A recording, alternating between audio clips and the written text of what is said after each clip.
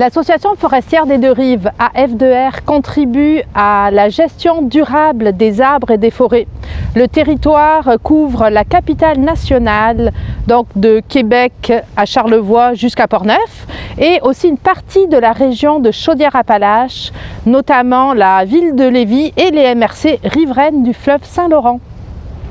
L'AF2R, c'est une équipe d'une dizaine de jeunes professionnels passionnés, épaulés par une douzaine d'administrateurs bénévoles qui mènent des actions en éducation, en conservation et en verdissement pour le maintien de la biodiversité et le bien-être de nos collectivités. Les valeurs qui nous animent sont la collaboration, l'accomplissement, l'engagement et le professionnalisme. Cette année, dans le cadre de la planification stratégique, nous avons élaboré une politique de rémunération globale qui vise à améliorer les conditions de travail des employés et de la direction. Aussi, on a poursuivi l'implantation d'une gestion agile qui vise notamment à une organisation plus humaine et plus libérée.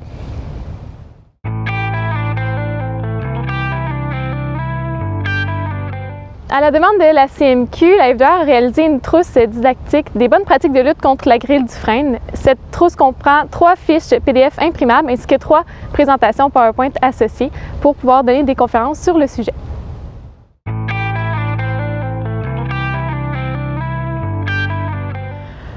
Comme à chaque année, l'AF2R a offert des animations gratuites aux écoles primaires et secondaires de son territoire sur le thème de l'arbre et de la forêt. Évidemment, avec la pandémie, atteindre nos objectifs a été difficile, mais nous nous sommes rattrapés en offrant nos activités dans les camps de jour cet été.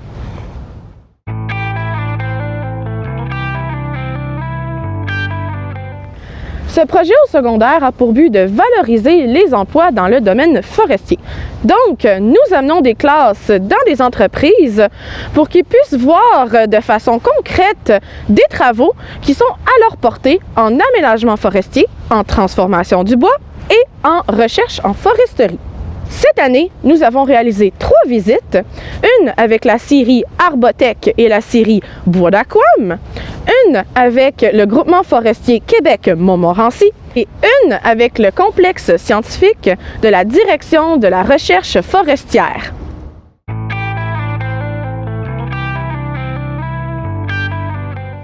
Activité découverte en nature, c'est un projet pilote.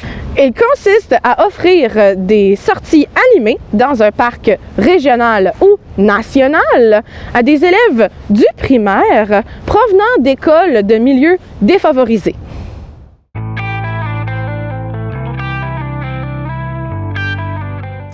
En mai dernier, l'AF2R publiait la 13e édition de son cahier d'information publié dans le journal Le Soleil en version papier, web et numérique.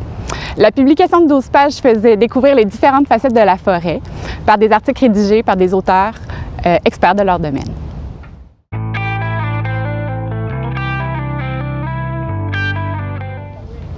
Cette année, l'AF2R a animé des kiosques d'information et des ateliers interactifs lors d'événements publics à caractère forestier ou éducatif, soit le Salon de la forêt à l'Université Laval et les grandes récoltes à Expo-Cité.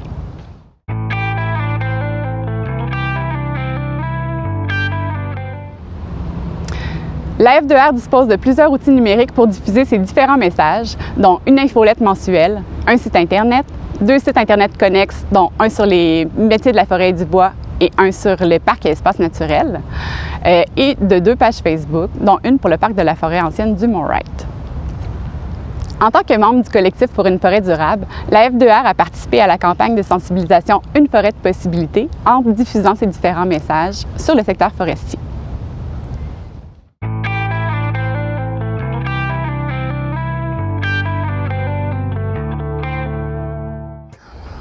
Ce projet vise à sensibiliser les propriétaires de terrains privés à la valeur des milieux naturels qui les entourent, ainsi qu'aux bonnes pratiques à mettre en place pour les conserver, les protéger ou les restaurer.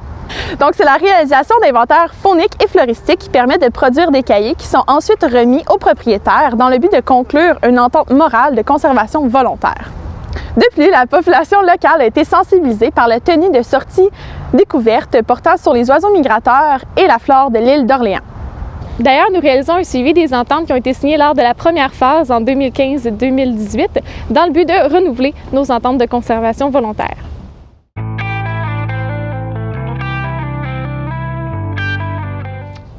La F2R répond à plusieurs demandes d'information et de collaboration au niveau de la mise en valeur et de la conservation des forêts et boisées de son territoire.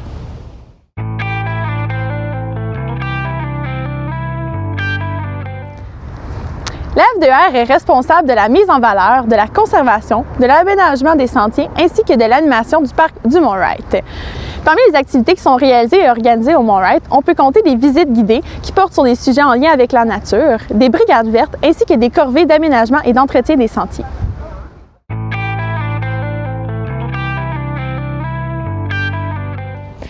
À la demande d'Énergie Valero, la F2R a créé le contenu de panneaux d'interprétation qui seront affichés au parc Valero Les Écarts à Lévis.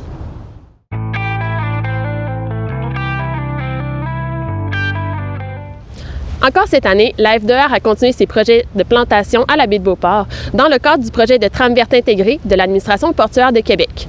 À l'aide d'une vingtaine de bénévoles, 2 projets de plantation d'arbustes ont eu lieu aux abords du fleuve Saint-Laurent. C'est pour augmenter la biodiversité des habitats côtiers et forestiers et d'améliorer la stabilisation des berges.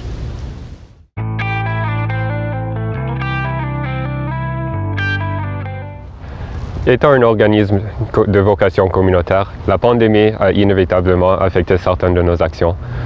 Pourtant, à l'automne, nous avons quand même réalisé 2 belles plantations dans le cadre de notre programme de verdissement communautaire à la promenade du Conso à Lantier-Lorette et en bande riveraine à la rivière Cap-Rouge. C'est plus de 400 arbres et arbustes mis en terre d'une vingtaine d'essences différentes avec l'aide de près d'une centaine de bénévoles.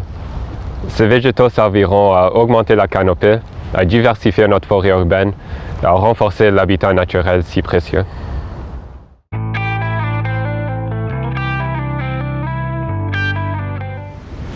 En raison de la COVID-19 et des mesures sanitaires, la distribution d'arbres n'a pas pu avoir lieu cette année.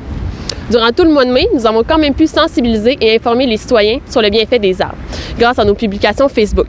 Des recettes, des activités éducatives, des activités pour les jeunes, un concours photo et même un quiz interactif ont pu être publiés sur notre page Facebook. Malgré la situation, nous avons quand même pu remplir notre mission de sensibiliser le public à l'importance des arbres et de la forêt. Toutes ces réalisations n'auraient pas pu être possibles sans le soutien de nos administrateurs, nos membres, nos bénévoles, nos collaborateurs et évidemment nos bailleurs de fonds.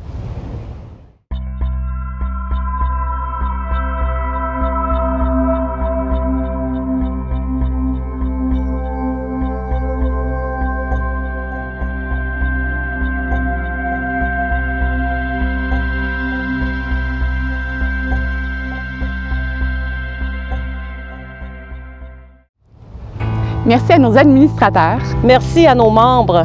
Merci à nos partenaires financiers. Merci à nos donateurs. Merci à nos collaborateurs. Merci à nos bénévoles.